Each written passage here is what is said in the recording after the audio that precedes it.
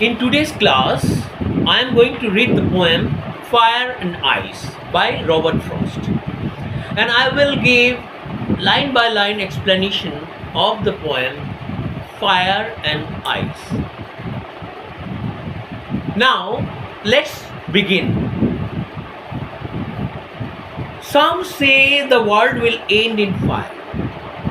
When the poet says some say, it means some stands for some of the people who live in this world. Understood? Will say, what will they say? The world will end in fire. The destruction, the cause of destruction of this world is fire. Understood? It means fire will bring about destruction in this world. Some say in ice. When the poet says, Robert Frost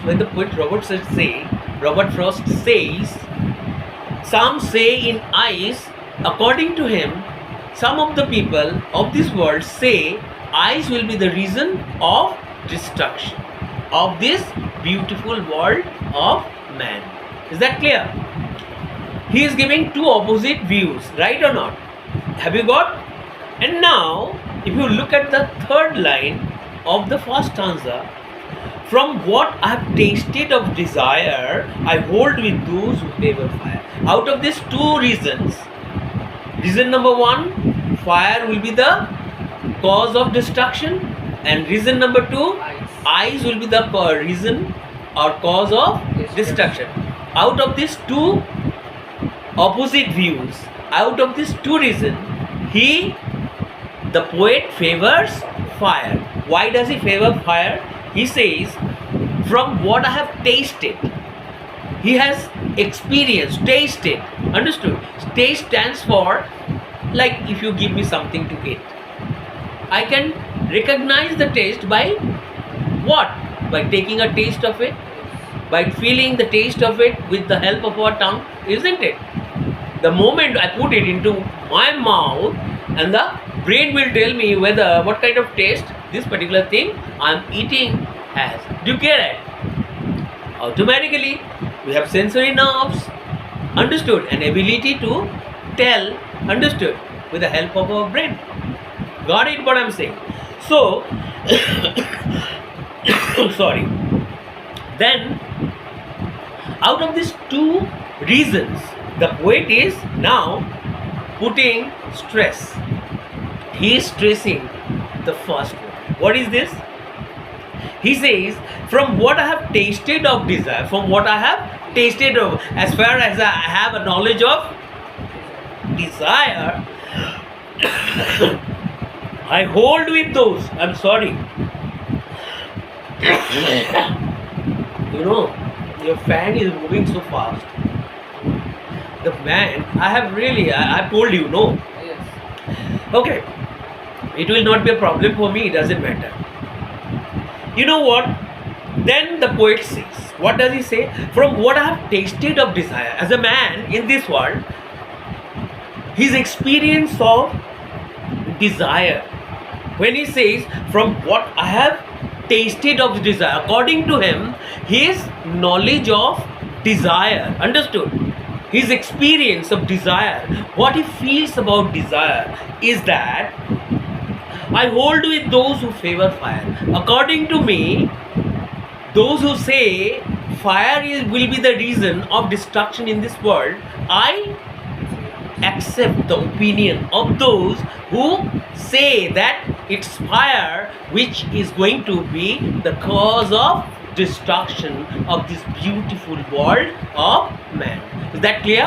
Have I been able to make you out very clear? Yes. I'm sure you have understood me. Yes. And have I done justice to each and every line? Fine, that's like a good boy.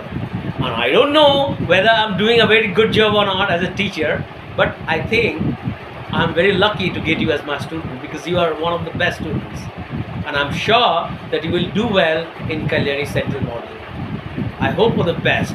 Okay, fine. Now I want to tell you, now I am going to stanza number 2, and I'm sure that you will understand what the stanza number 2 is going to tell us.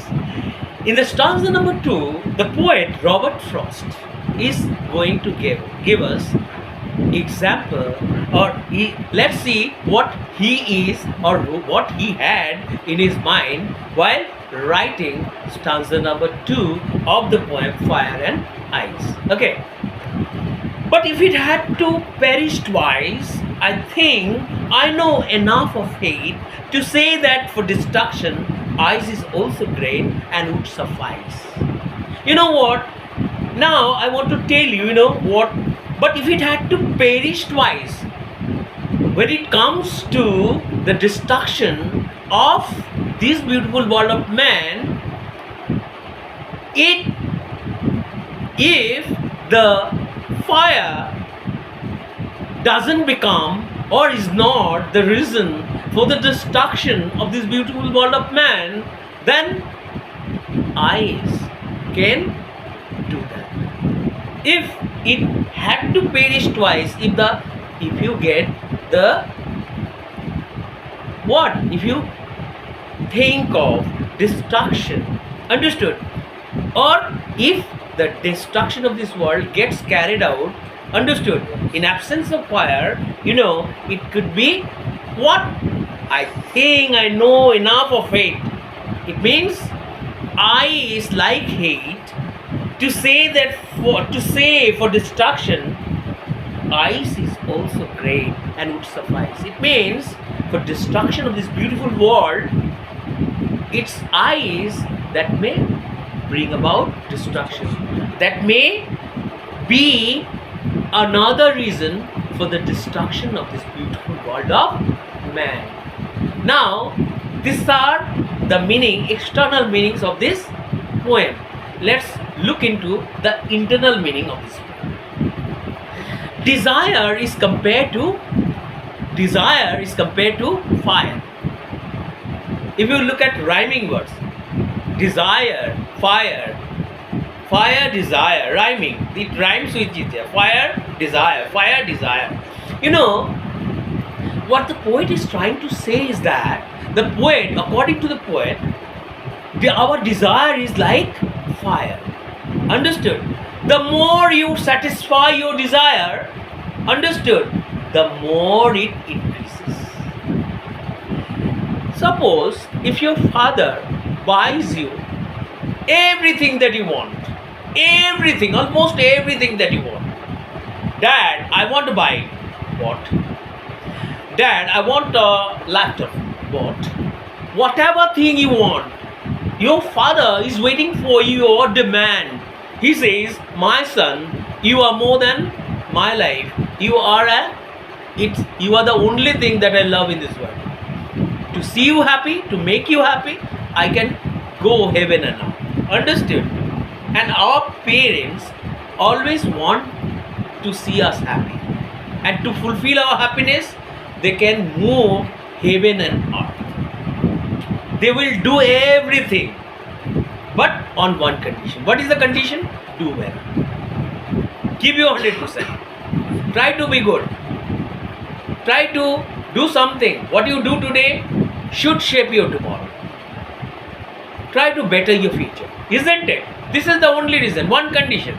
And this is for your good. So what happened? You know, fire is compared to desire. The more you satisfy your desire, the more it increases. Understood? So the poet says, put an end to your desire. Because desire destroys the decency of life. Understood? What is decency? The beauty of life. So if you want your life to be beautiful, what will you do? You must give up your desire. It is desire that is the cause of destruction of a person's life. So all we need to do all our life is, we need to put an end to our desire if we want to be happy in this world. Understood? Got it?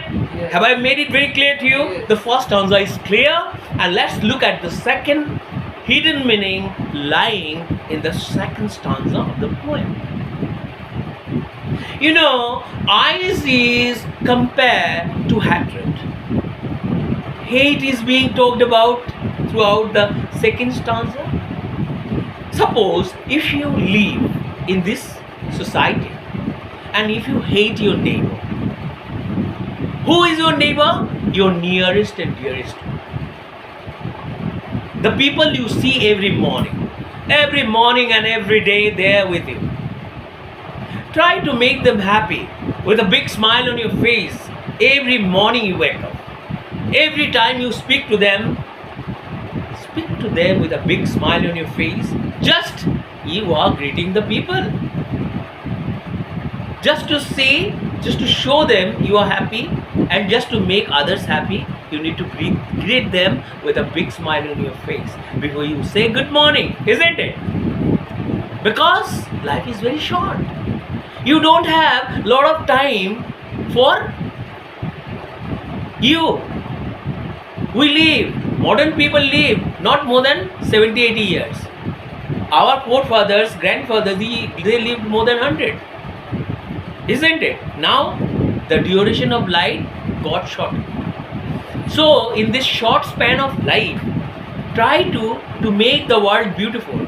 To make the world that you live in beautiful, you need to have a healthy relationship with everybody around you. Right or not? Life is very short. So, to make others happy, to see others happy, all you need to do is make proper use of your time of this short duration of life. So, cultivate good habits.